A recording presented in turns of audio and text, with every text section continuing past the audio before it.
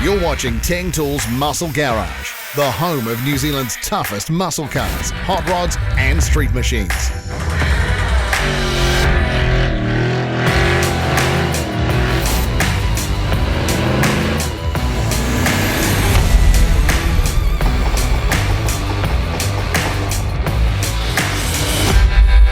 Muscle Garage is proudly brought to you by Teng Tools in association with Mount Shop, Maguire's and Nigel.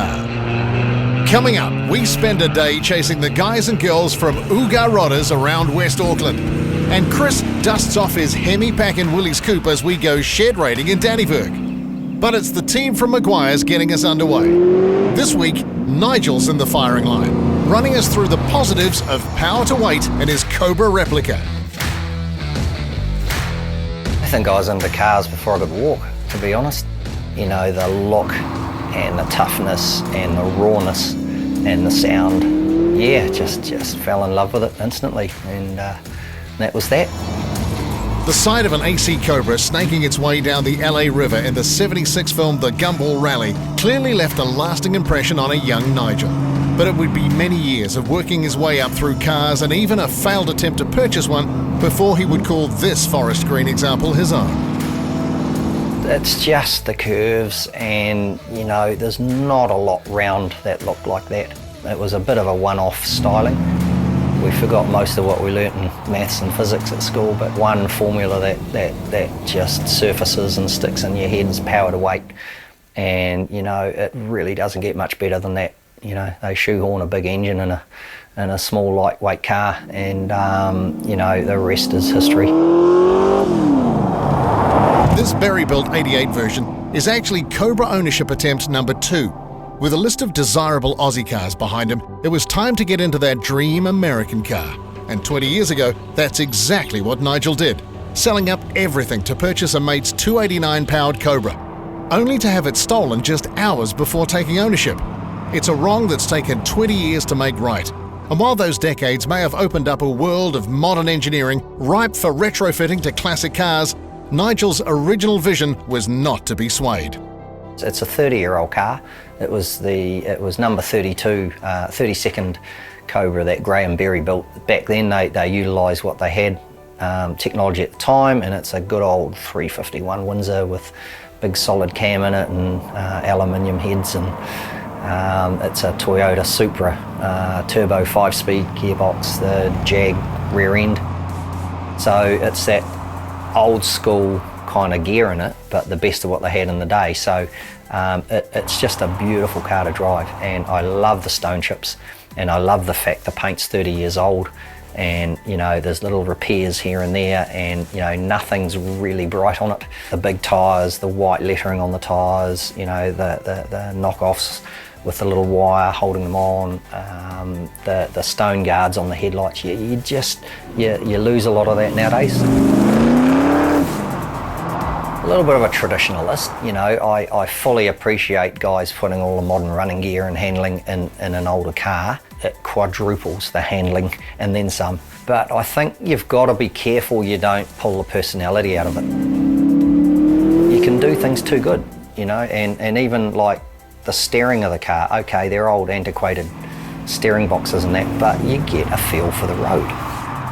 You might improve the performance, but you can take a lot of that personality out of it. It's as simple as it could be the old gauges, like, you know, the speedo cable in the Cobra, you know, it doesn't sit at 100, it sort of goes 90, 100, 90, 100, 90, you know. And the old gas gauge, you turn the key on and about 5 minutes later it rests on where the gas. It's just the little things like that. It's the smell of the old upholstery. You know, that little bit of petrol-y oil smell you get with the old cars. We're in special times, you know, and you know, I don't think we've ever had it as good for buying modern muscle if you want it. So, you know, you've got the Hellcats, you've got the ZR1s, you've got, you know, 800 horsepower Corvettes, you've got Shelby Super Snakes. I mean, for me, if I want that, I'll go and buy one of those. But the old school, I just like them as they are.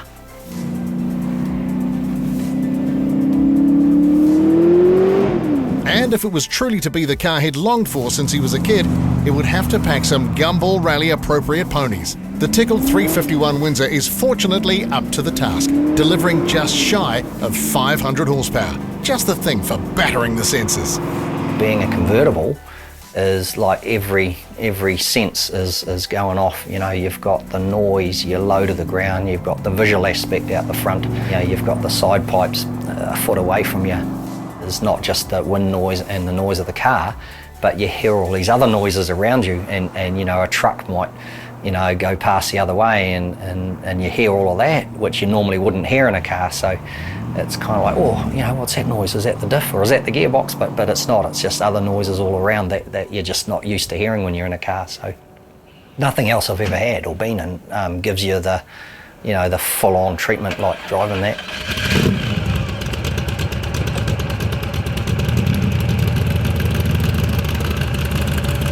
Right, shed rating time now, and this week our mates at Mount Shop ship us off to Dannevirke and the works in progress of Mr. Chris Birkin. The car scene, I was born into it.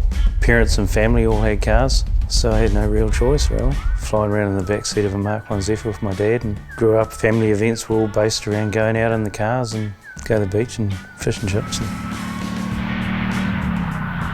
I was the first one to sort of really do the hot rod thing. When I was about 11, the movie Hot Rod was on TV late at night, and I stayed up, waited till my parents were asleep, and it was late on, snuck up and watched it and saw my first Willys Coupe. Sort of stuck with me. I was talking about Willys Coupes and nobody knew what they were really. Ugly little car, and I liked it.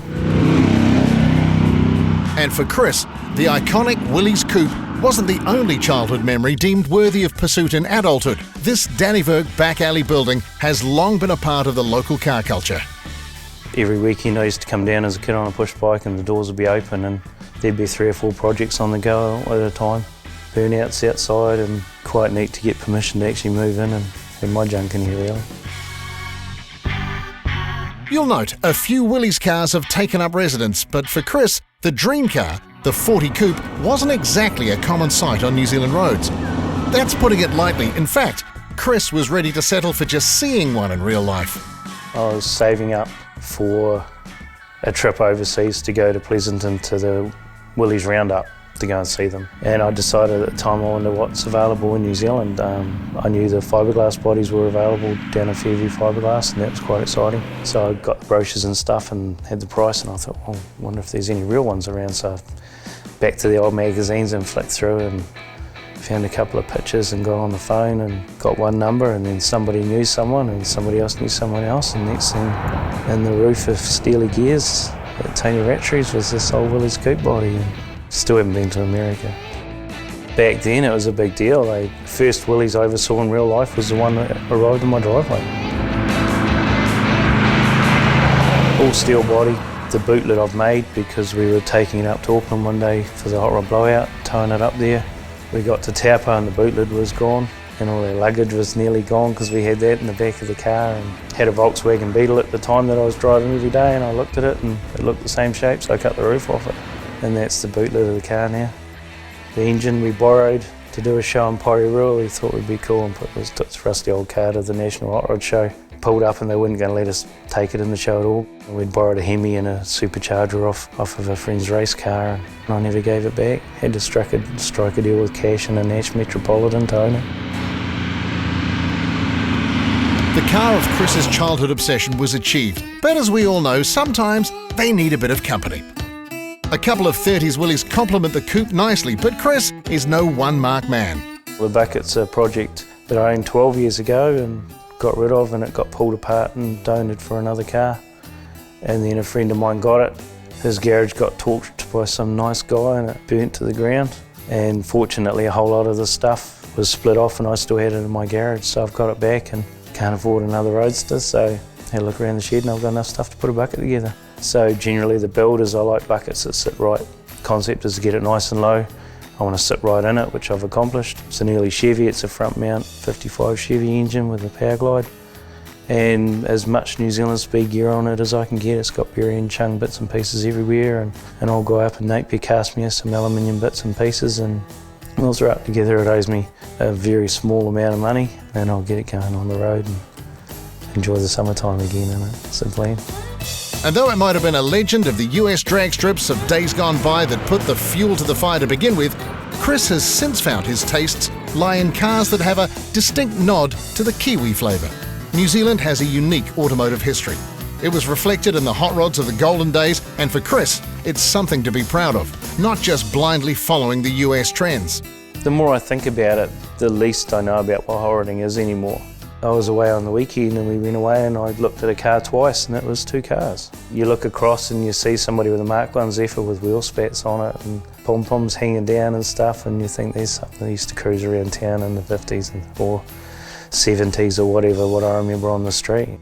The old speed shop stuff and the BC catalogues and things, you know, you've got Hillman manifolds and Hillman rocker covers and they're there because that's what people were doing up. You don't have to fit in, the sport was never about that.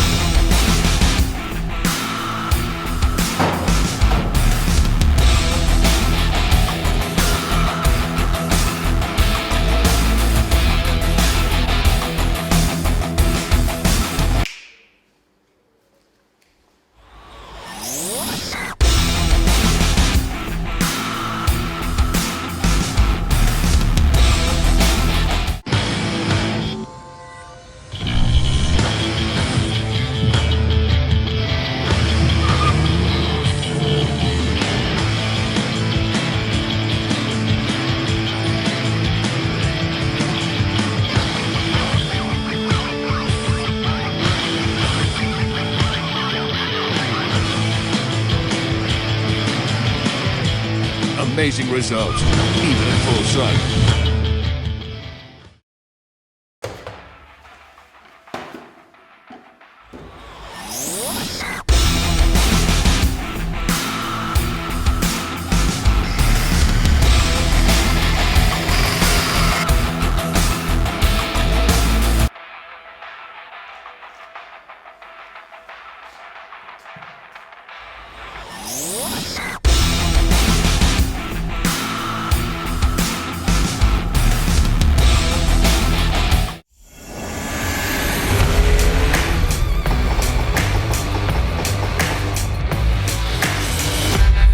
You're back with Teng Tools Muscle Garage, proudly brought to you by Teng Tools, in association with Mount Shop, Maguire's and Nidakar. Right, thanks to Nidakar, we're back into it. This week, we're in West Auckland, chasing down local car club, Oogah Rodders.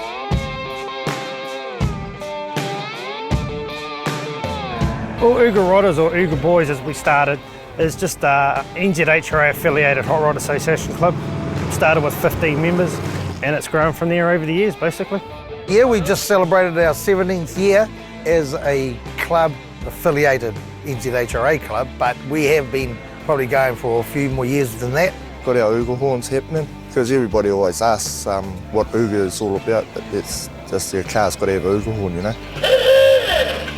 We're like a club that enjoy ourselves, have a good time, try not to take too much too seriously.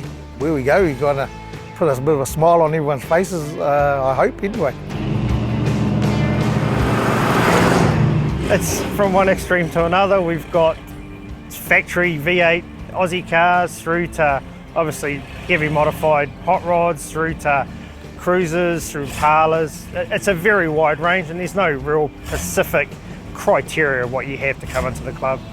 And people-wise, there's a few interesting characters in the group, I would say. Nah, it's more the people, definitely the people, because of the cars, they'll come maybe, join the club and then you get to know personally and then the cars just become secondary. We don't really care about the car, it's all about the people and the kids, you know, we've got kids too, so some of ours have grown up already. Yeah, it's definitely a family club. Lots of young kids in the club at the moment, our junior Oogahs, all girls incidentally at the moment, so not sure if that's down to the Lion Red or what, but They're an active lot too. Our filming day started out west, gate crashing the monthly Oogah-hosted Rodders breakfast event at the Swanson RSA, before loading up the troops and heading off on a run around Popaki and Te Atatu. The final stop, a relaxed afternoon of burgers, brews and pizza at Elmo's Workshop, Auto Magic Mechanical in Henderson. For the Oogah Rodders, it seems the opportunity to socialise doesn't require a lot of arm twisting. Yeah, it's a good group of people, all with the same mindset on keeping the flow of the American cars and hot rods on scene. We try to keep our club a little bit low-key. I mean, there is obviously protocol that we have to go through being NZHRA affiliated, and we're in what they call Zone 2 in New Zealand, which is the Auckland zone, and there's quite a few clubs. It's the biggest zone in New Zealand. People need a reason to come together, some time away from work. It's time away from life, really. You can be a bit carefree when you're out going for a drive in your hot rod, and I think it gives people a chance to escape and enjoy life for a bit. And while the cars may just be the excuse to bring people together, Oogah's lineup of excuses is a pretty impressive sight. We're not just a one car kind of a club or one make. We'll have anything basically that's pretty cool. We're into that. Your Fords and your Chevs and your Holdens and your Mopars and that, but in general it's all just jest. We all just have each other on. I don't think anyone really is so staunch that that's it, nothing else around. So yeah, it's good having a bit of a laugh with each other. A lot of us are automotive based work-wise, and we all try and help each other out, and if someone's doing a car and needs a hand, we'll go around and help and stuff like that. So it does help over the years of keeping people interested in stuff. A lot of guys have got projects and they stop, and we try and keep them going on them. And just a group of backyard builders mainly. Most of the club try to build their own cars, and different skills from different people in the club. Everyone sort of helps out where they can. Ours aren't high dollar cars, but we have fun in them. We drive them everywhere. We don't have to worry about, people leaning all over them or them getting damaged because we do it ourselves. So, they're there to be driven. There's no point in parking it up in the shed and just looking at it every day. You've got to be out enjoying it. So, yeah, that's what it is for us. The club might be relatively young, but the second generation is already coming through, like Adam and his laid out 54. Well, I remember watching Monster Garage, and Jesse James had a 54 Chevy, and ever since then I fell in love with it, so I had to build my own. I imported it about 4 years ago from the States, and it came with a 6-cylinder. Then we took the body off the chassis and did heaps of work, and then I put a small block 350 Chevy in it, and then slapped it together. It's been a money pit ever since. One of my mates, Sam, painted the tooth on the grill gold, so I ended up going to the dentist a couple months later, getting them to chop my tooth up and put a gold cap on it to match. all right, so mine's a 1938 Ford Tudor, running 460 big block Ford, C6 trans. It's running HQ front end and Jag 9-inch. I've owned a lot of cars over the years, and I sold a pre-49 32 coupe I had, and I wanted a pre-49 back. So painted this up for a friend of ours, and then he needed to sell it, so obviously I bought it and had it since there. It drives really nice, but unfortunately it's a little thirsty, especially with our fuel prices at the moment. It's a 1937 Ford Tudor. It was built by a guy called George Vickers. Pretty much how it is how I got it, but it was a different colour. Our other member here, Elmo, that we got interviewed, he panelled and painted it 6 months ago. I took it down to Tauranga and got it flamed by his son, Sean, at Wax Attack in Tauranga. So yeah, pretty much that's it, and now I just drive it. I've had it for about 5 years now. I'll just drive the wheels off it. I love it. Something different. We shed raided Bruce and Abby's cool collection last season, but great to see them put the toys to work too. The A Coupe is all hot rod, running a 406 cube small block Chev topped by an army of Stromberg 97s. But then again, the family cruiser isn't quite so cruisy. The blown Chev sedan's coolest feature? The kids' seats in the back. I love it. I love getting behind the wheel, especially when I've got the kids with me, because it really does turn people's heads. People will come up beside it and then they'll take a second look. They're like, oh, crikey, didn't expect to see a woman at the wheel. It's just so different, which is what I love about the whole hot rodding scene. Everything, it looks good, it feels good, it gets people's attention because they just haven't seen anything like it. You drive along the motorway and you can see little kids up at their windows and they're like, oh my God, it's a giant Hot Wheels, you can just see their minds just, their faces light up. They don't know what it is, but they love it. 49 Ford Bonus. I bought it probably 10 years ago in a run-down state. I've stripped it, rebuilt the whole thing. It's running a Stroker 350, which is a 383 with a tunnel ram, and a Turbo 400 with 9-inch with 2.7 gears. A lot of work's gone into it. It's got like 3-inch roof chop and stuff like that. I had the interior all done. As I say, it was a run-down truck that had been a show truck in previous years, you know. It's quite a bit of my life, really. I don't do much else but hot rodding, apart from work. Yeah, and it's just changed my life, you know, kept me out of trouble. I used to be in quite a bit of trouble when I was younger, but this is, yeah, straightened me out. It gives me something to do, and it's a real good hobby, you know. And 17 years down, and with the next generation waiting in the wings, you're not likely to see this West Auckland club dragged down talking hot rod politics. They'll be on the road. They're a bunch that enthusiastically promote and support the hobby. And with days like this one a regular thing, who's going to argue? We don't want to just seem like a whole bunch of, well, years ago, young hoons. Now we're just old hoons. But yeah, no, definitely promoting the sport, and it's good to see us appreciated, I think. Every week we're giving our viewers the chance to win a Teng Tools and Maguire's gift pack worth $250. Simply head to themotorhood.com and hit the Teng Tools Muscle Garage link. By entering our weekly draws at the end of the series, one lucky viewer will win a massive Teng Tools 622-piece automotive toolkit and 7-drawer workstation, a complete Maguire's car care pack, and a $500 mount shop voucher. The total value of this grand prize is nearly $6,000. Good luck, everyone. Teng Tools Muscle Garage was proudly brought to you by Teng Tools. Get organised. Mount Shop, undercar specialists. Maguire's, people who love cars love Maguire's. And Need a Car, the easy way to research and buy cars online.